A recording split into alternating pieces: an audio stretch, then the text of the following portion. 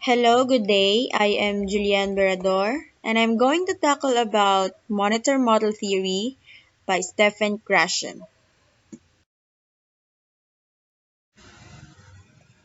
For the learning objectives, at the end of the lesson, the learner is expected to know what is monitor model theory, recognize the proponent of this theory, distinguish the different types of hypotheses under this theory, and identify the role of grammar in monitor model theory. Before proceeding to the actual lesson, let us first have an encouragement quote from the proponent himself. He stated that language acquisition does not require extensive use of conscious grammatical rules and does not require tedious drill. Additionally, acquisition requires meaningful interaction in the target language, natural communication, in which speakers are concerned not with the form of their utterances, but with the messages they are conveying and understanding. Other term for monitor model is Stephen Krashen's theory of language acquisition. By definition, it is a group of five hypotheses concerning to the acquisition of second language. This theory was developed by the linguist Stephen Krashen in the 1970s and 1980s. Before proceeding to the five hypotheses, let us first know who Stephen Krashen is. He is a former professor of education at the University of Southern California. He is an expert in the field of linguistics, specializing in theories of language acquisition and development. The inventor of sheltered subject matter teaching, a co-founder of the natural approach, and he is best known for his work in establishing a general theory of second language acquisition. He has also published well over 100 books and articles and has been invited to deliver over 300 lectures at universities throughout Canada and the United States since 1980. Lastly, Stephen Krashen's widely known and well-accepted theory of second language acquisition had a massive influence and impact in all areas of second language teaching and research. Here are the five hypotheses of Krashen's theory of second language acquisition. Five main hypotheses are the acquisition learning hypothesis, the monitor hypothesis, the input hypothesis, the effective filter hypothesis, and the natural order hypothesis.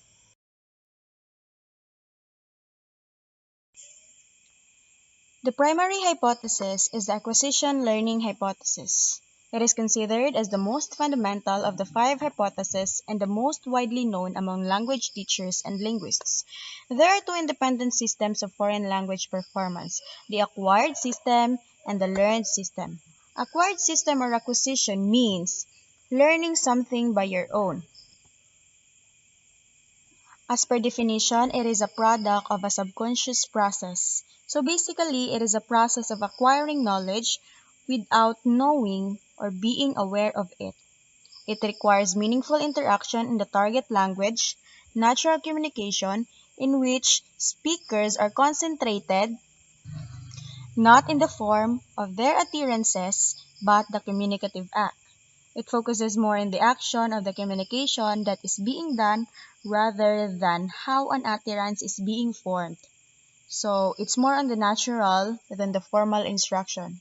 While the learned system or learning means gaining knowledge or skill by studying, practicing, being taught, or experiencing something. So by definition, it is a product of formal instruction and it comprises a conscious process which results in conscious knowledge about the language. Example, knowledge of grammar rules. So it is the opposite of acquisition because in here, the learnings and knowledge is not being acquired but rather being instructed formally. Another example is a teacher educating her students about grammar rules and the students will learn about it because it is being taught or instructed. A deductive approach in a teacher-centered setting produces learning, while an inductive approach in a student-centered setting leads to acquisition. So in other words, in teacher-centered setting, it is the teachers who will hand out content learning, while in student-centered setting, it is the learners who will acquire knowledge, also called as the acquisition. Lastly, according to Krashen, learning is less important than acquisition.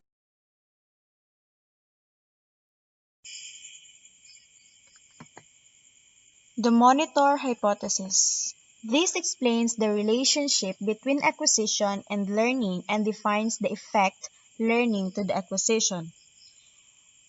So basically, the function of this hypothesis is the practical result of the learned grammar. The acquisition system is the utterance initiator, while the learning system performs the role of the monitor or the editor. The role of the monitor is minor. It is being used only to correct deviations from normal speech and to give speech a more polished appearance. The monitor acts in a planning, editing, and correcting function when three specific conditions are met. The second language learner has sufficient time at their disposal, they focus on form or think about correctness, and they know the rule. There is individual variation among language learners with regard to monitor use. First is the underusers. Underusers are learners who have not learned or who prefer not to use their conscious knowledge. Another one is the overusers. These are learners that use the monitor all the time. Lastly are the optimal users, or the learners that use the monitor appropriately. In determining what group, thus an individual belong, there is an evaluation of the person's psychological profile.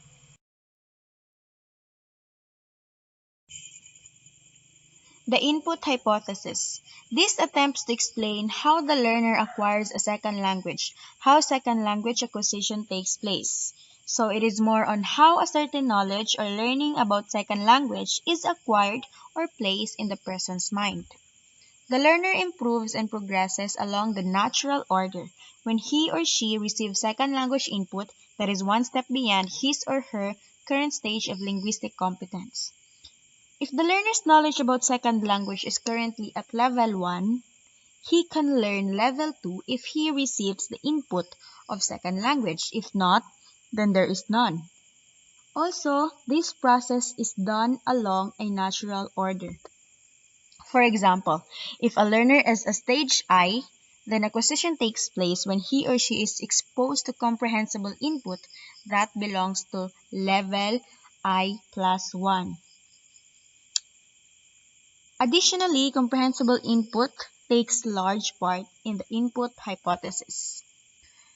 Natural communicative input is the key to designing a syllabus, ensuring in this way that each learner will receive some I plus 1 input that is appropriate for his or her current stage for linguistic competence.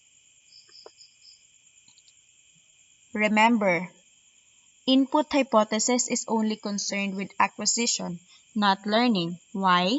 Because this hypothesis claims that people only acquire the input through natural order.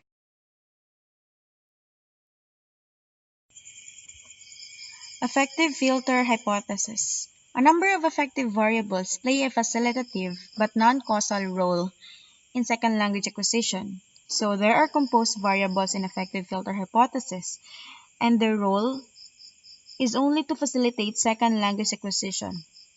These are motivation, self-confidence, anxiety, and personality traits. High motivation, high self-confidence, a good self-image, and low level of anxiety, and also extroversion will lead to a success in second language, while low in motivation, low in self-esteem, high anxiety, introversion, and inhibition will raise the affective filter and form a mental block that prevents comprehensible input from being used for acquisition. In other words, when the filter is up, it impedes language acquisition. On the other hand, positive effect is necessary but not sufficient on its own for acquisition to take place. The last hypothesis would be the natural order hypothesis, the less important based on research finding among the five hypotheses.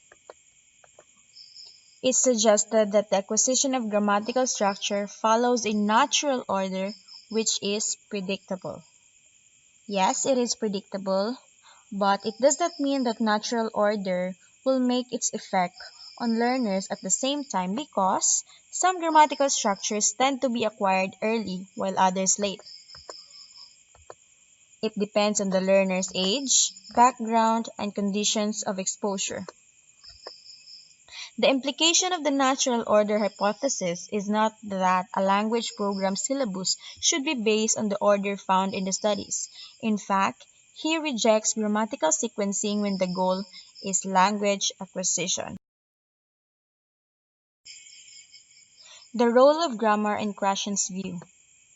According to Krashen, the study of the structure of the language can have general educational advantages and values that learners may want to include in their language programs. Learning monitor model theory will help the learners be familiar with the language, and it will solely depend on them if they are going to learn from it or not. Next is that teaching of grammar can result in language acquisition and proficiency. This instance is only evident when the students are interested with the subject and the target language or language that is needed to learn is used as a medium of instruction or conversation. For example, the teacher is explaining about grammar rules of second language and English is the medium of conversing. But according to Krashen's theory, because students' interest arises more than the medium, the filter is low because the students' conscious efforts are usually on the subject matter. Here are my references.